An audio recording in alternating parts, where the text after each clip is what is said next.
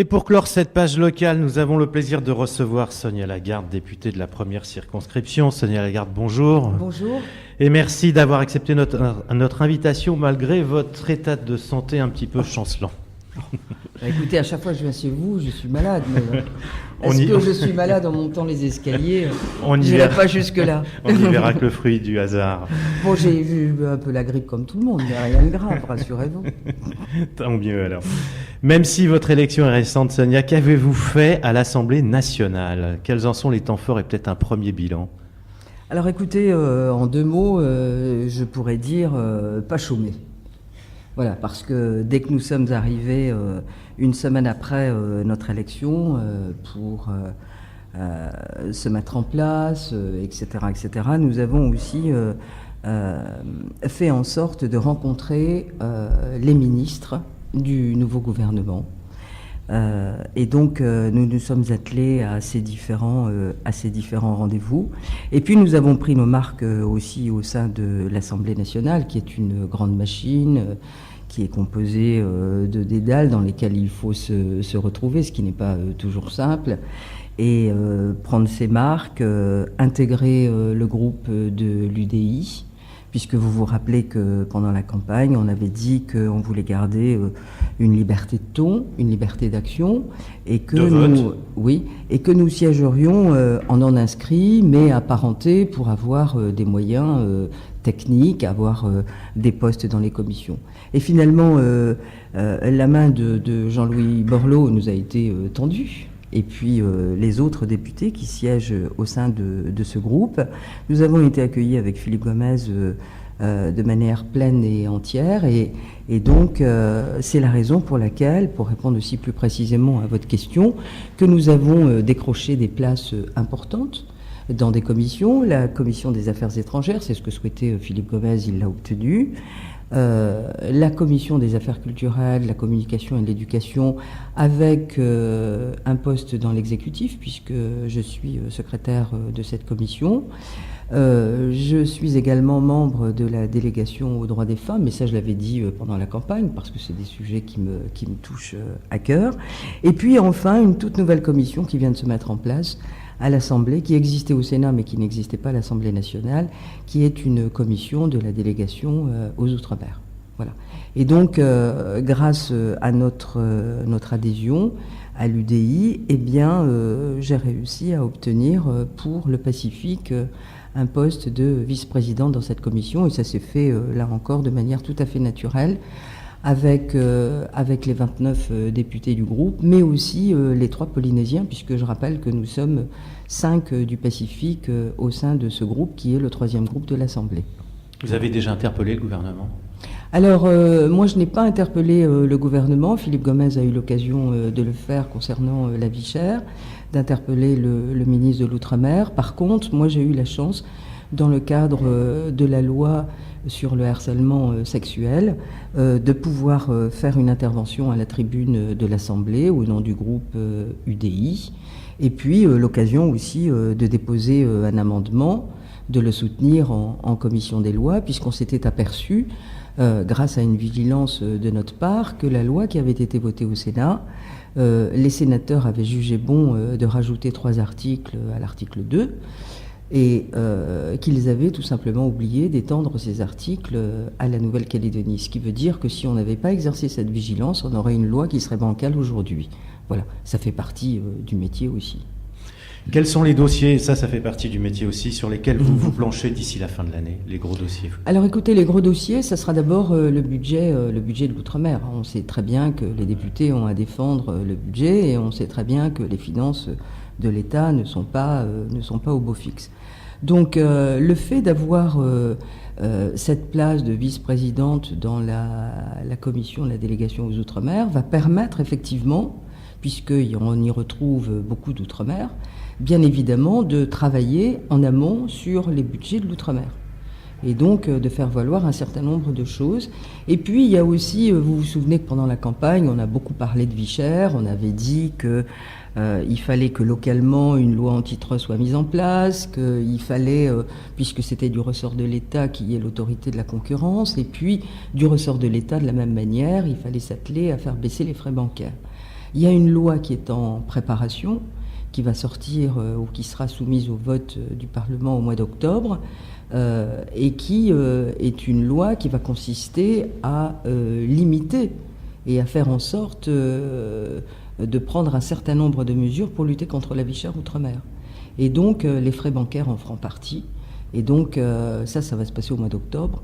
Donc vous voyez qu'on avance sur les dossiers. Et là aussi, il va falloir travailler en amont pour voir que la Nouvelle-Calédonie est bien incluse dans cette loi. Voilà. Donc un bilan globalement positif pour le moment? Oui, globalement positif, parce que je rappellerai, je ne suis plus en campagne électorale, mais je rappellerai juste une petite chose, c'est que nos détracteurs, durant cette campagne, avaient dit « mais s'ils ne sont pas intégrés dans un groupe, ils ne vont rien faire, parce qu'on en inscrit à l'Assemblée, on ne fait rien du tout, etc. » On s'aperçoit que finalement, on n'a pas mis 1 an ou 1 an et demi pour pouvoir monter à la tribune de l'Assemblée ou poser une question à un ministre, puisque ça s'est fait 3 semaines après notre installation à l'Assemblée. Donc on voit qu'on a fait quand même relativement vite, et puis on ne va pas en rester là, ça je peux vous l'assurer. Sadia Lagarde, le président de la République, d'après mes infos, devrait venir sur le territoire fin novembre, début décembre, juste avant la réunion du comité des signataires. Qu'attendez-vous de cette visite, de sa venue de François Hollande ici? Écoutez, si elle est programmée, pour l'instant, on n'a rien d'officiel en ce qui concerne cette visite. Je sais, pour avoir rencontré avec Philippe Gomez, le ministre de l'Outre-mer, qu'il avait l'intention de venir d'ici la fin de l'année. Peut-être que ce sera un tir groupé avec le président de la République.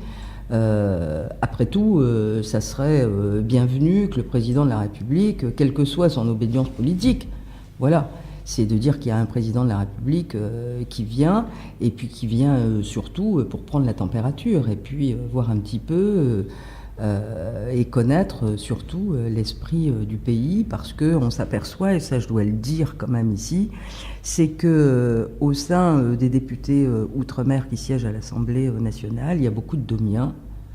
Il y a peu d'élus des territoires, hein, puisqu'il y a Wallis et Futuna, il y en a 2 pour la Nouvelle-Calédonie et 3 pour la Polynésie française, et qu'on est un petit peu isolé, je dois dire, et que, eh bien, moi je trouve intéressant que le ministre vienne ici et puis nous dise un certain nombre de choses, mais surtout comprenne le pays. Voilà, ça c'est quand même important au début d'une mandature, et puis ça voudrait aussi dire autre chose, c'est qu'il y a un intérêt pour la Nouvelle-Calédonie.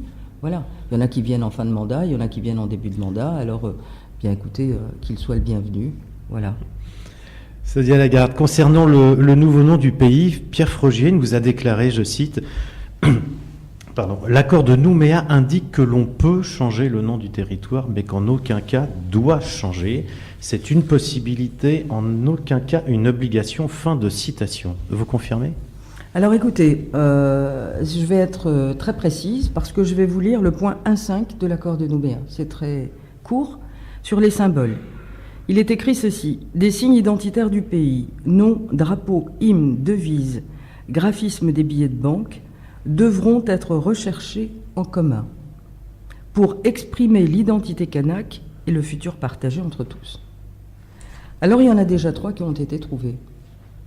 L'hymne, la devise, le graphisme des billets de banque. Il reste bien évidemment le drapeau, sauf qu'on a la sensation que c'est quand même fait. Et puis il reste le nom du pays. Mais l'écriture de l'accord est très claire. Devront être recherchés en commun. Et ça, c'est quand même relativement précieux comme écriture, parce que ça veut dire quoi? Ça veut dire qu'il faut se mettre autour d'une table, il faut en discuter, et on aurait souhaité, personnellement j'aurais souhaité, que si M. Frogier avait été parfaitement calé dans l'accord de Nouméa, il aurait dû relire avec beaucoup d'attention ce point 1.5. Parce que l'affaire du drapeau, j'ai pas envie de revenir dessus, mais elle lui colle à la peau, et devront être recherchés en commun. Je ne sais pas comment on a fait pour rechercher en commun le drapeau du pays. Voilà. Donc, voilà la précision. Ensuite, si votre question m'amène à m'exprimer sur ce qui a pu être dit récemment par le ministre. Tout à fait, bien sûr. Avec Philippe Gomez, on considère vraiment, après avoir rencontré le ministre, certains disent que c'est un provocateur, Quand on l'a vu, à aucun moment il a été question dans l'entretien que nous avons eu de parler de Kanaki, Nouvelle-Calédonie. Alors, après, il s'est exprimé différemment selon les interlocuteurs, c'est ce qu'on a cru comprendre. Je pense qu'il s'agit d'une maladresse de la part du ministre qui n'aurait jamais dû, vu sa position de ministre, dire ça. Mais je voudrais rappeler aujourd'hui que ceux qui jouent les vierges effarouchées, qui sont épris de vertus soudaines, ont parlé quand ils ont monté le drapeau sans qu'on le recherche en commun. On dit que c'était quelque part la reconnaissance de deux légitimités. Donc ça veut dire quoi? Ça veut dire la légitimité européenne, le drapeau bleu, blanc, rouge, et puis la légitimité kanak avec le drapeau kanak. Alors, est-ce que on peut poser la question, on peut retourner la question aujourd'hui et de dire, mais est-ce que le ministre de l'Outre-mer, finalement, n'était pas dans le droit fil de ce qui a été fait par les autres? C'est-à-dire, c'est pour le nom du pays, une espèce de... qui doit encore être trouvé. Mais pour lui, est-ce que c'était pas finalement la reconnaissance de deux légitimités? Alors, quand on vient aujourd'hui pousser des cris violents pour dire que le ministre a dit ça, sur le fond, c'est pas normal que le ministre ait dit ça. Mais si on y réfléchit bien, eh bien finalement, on récolte ce qu'on a semé. Voilà. Et j'ai pas envie de m'étendre davantage et je laisse méditer tous ceux qui aujourd'hui s'expriment là-dessus. Voilà. Et d'ailleurs, vous savez, on a écrit avec Philippe Gomez une lettre au ministre pour lui dire notre mécontentement. Parce que combien de fois, dans l'entretien que nous avons eu, y compris avec le Premier ministre, quand nous avons été reçus à Matignon, nous avons bien perçu le message qui est le suivant, c'est de dire les Calédoniens décideront, et c'est à eux seuls de décider. Donc à partir du moment où c'est aux Calédoniens de décider, eh bien à ce moment-là, c'est vrai que le ministre a commis une maladresse en évoquant ça. Mais vous savez, il ne faut pas jeter la pierre. Voilà, il faut d'abord balayer devant sa porte avant de jeter la pierre à l'autre. Voilà. Sonia Lagarde, un mot sur l'arrêt de la réhabilitation de l'habitat spontané suite à la décision du Conseil d'État. Qu'allez-vous faire en matière d'habitat social où l'on sait que les fonds manquent au niveau de l'État? La priorité qui avait été évoquée lors de l'ancien gouvernement, c'était la priorité pour eux, c'était le logement social. Il ne semble pas aujourd'hui qu'avec le nouveau gouvernement, ce soit différent. Nous avions alerté à la province Sud et l'exécutif pour dire qu'il y avait un souci juridique sur cette affaire de réhabilitation de squats ou de légalisation des squats. Ce qui n'a pas échappé d'ailleurs à l'exécutif, puisqu'ils ont dit oui, on savait, on n'était peut-être pas tout à fait calé juridiquement, mais on a essayé. Donc vous savez, en politique, il ne faut jamais essayer, il faut d'abord être calé. Ce qu'on constate aujourd'hui, c'est que on a diminué par 4 les logements sociaux. Que quand Philippe Gomez était président de la province Sud et que j'en étais la vice-présidente, on avait changé de braquet, on s'était aperçu qu'il fallait loger puisqu'on avait pas moins de 7000 familles sur le bord de la route, ça représentait 25 000 personnes qui étaient en attente d'un logement et qu'il fallait passer à la vitesse supérieure. D'ailleurs, ça a été salué par la Chambre territoriale des comptes. Et donc, il faut 3 ans pour mener un programme et que quand on est parti de la province en 2009 et les programmes de 2009-2010 sont passés à 1000 logements. Puisque quand on était arrivé en 2004, il y en avait 300 ou 350 par an. Aujourd'hui, on est retombé sur des logements conventionnés. Il va y en avoir cette année 228 ou quelque chose comme ça.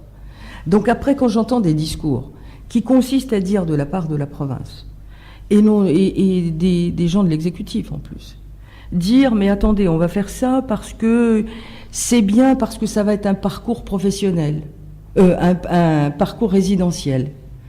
Quand on dit parcours résidentiel, ça veut dire quoi? Ça veut dire qu'on sort des gens des squats, on les met dans des appartements sociaux, et puis on espère que les ressources des familles vont s'améliorer, et qu'un parcours résidentiel consiste à aller de grade en grade dans les appartements. C'est-à-dire que vous passez d'un logement très aidé à un logement intermédiaire, etc., etc. Alors ça, c'est tout ce qu'on peut souhaiter. Sauf que quand vous ne construisez pas de logement derrière, comment vous voulez organiser un parcours résidentiel ?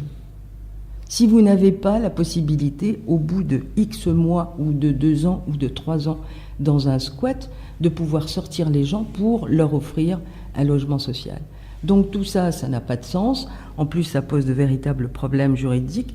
Demain, il y a un cyclone, demain, il y a une catastrophe. Qui aurait la responsabilité ? Alors qu'on va demander à ces gens-là de payer un loyer ? Voilà. Donc, c'est pas comme ça qu'il faut faire. Alors, sur le plan humain, on comprend très bien qu'il faille faire quelque chose parce qu'on ne peut pas laisser des gens vivre dans des conditions d'insalubrité, qu'il faut l'eau, qu'il faut l'électricité. Mais on a introduit en faisant ça 2 catégories de citoyens. Et c'est aussi ça qu'on avait dénoncé, c'est-à-dire que vous avez des gens qui triment pour mettre de l'argent de côté, pour essayer de s'acheter un logement.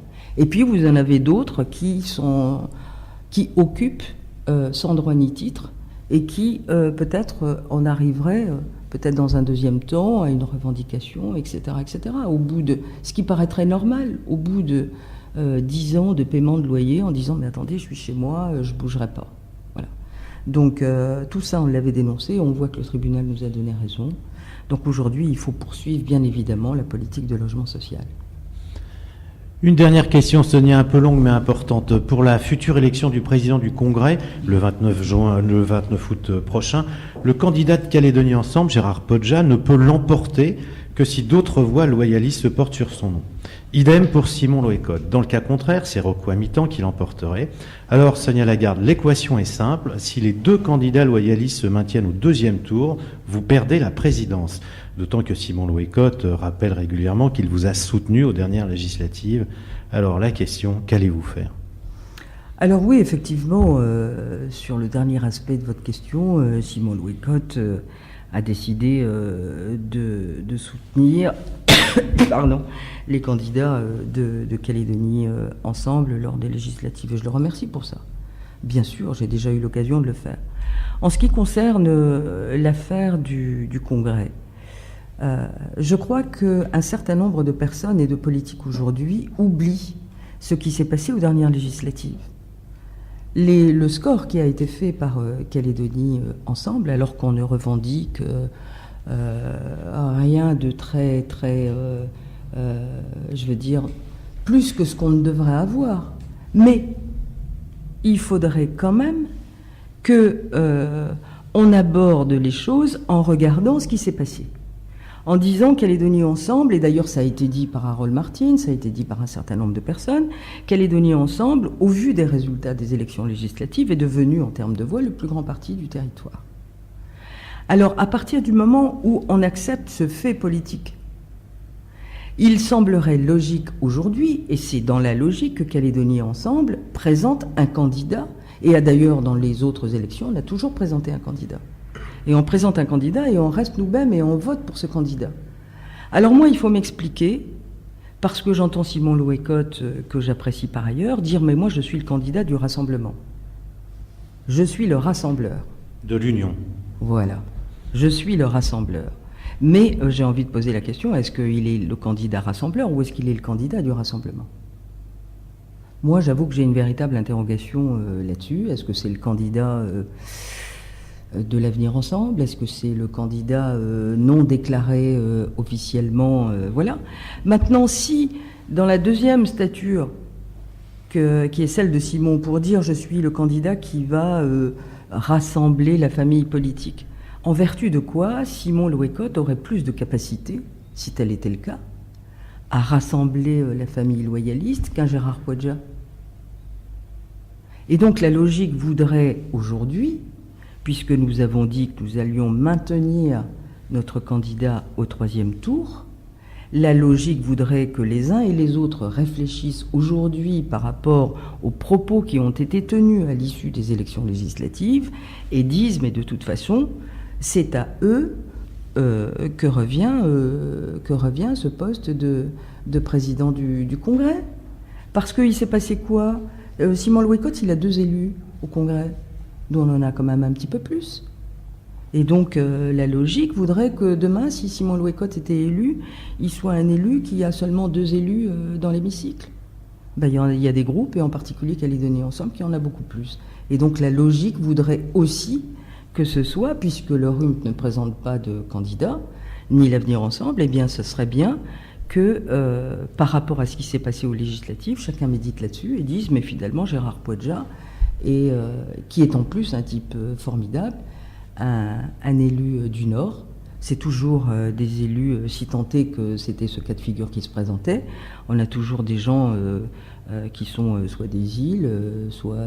voilà. Et donc là, il y a une véritable opportunité d'élire quelqu'un qui est en plus un coutumier du Nord.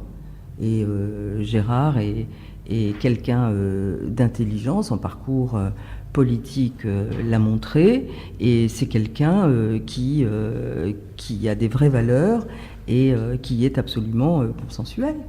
Et donc je ne vois pas où est le problème aujourd'hui. Et donc chacun devrait mettre un petit peu d'eau dans son vin, parce que soit la candidature de Simon Louécotte est maintenue, et auquel cas on est toujours dans la campagne électorale, et puis personne n'a tiré les leçons de cette campagne, soit moi je parie sur la sagesse des uns et des autres pour dire voilà, au troisième tour, si les 2 candidatures sont maintenues, eh bien on fera le geste vers Calédonie Ensemble. Ça me paraît tout à fait normal. Nous avons su le faire en d'autres temps, et donc je ne vois pas pourquoi aujourd'hui ça ne serait pas possible. Voilà. Sonia Lagarde, merci, on se quitte sur ces mots. Je rappelle que vous êtes députée de la première circonscription et que vous avez bien sûr micro ouvert à Radio Océane. Merci à vous.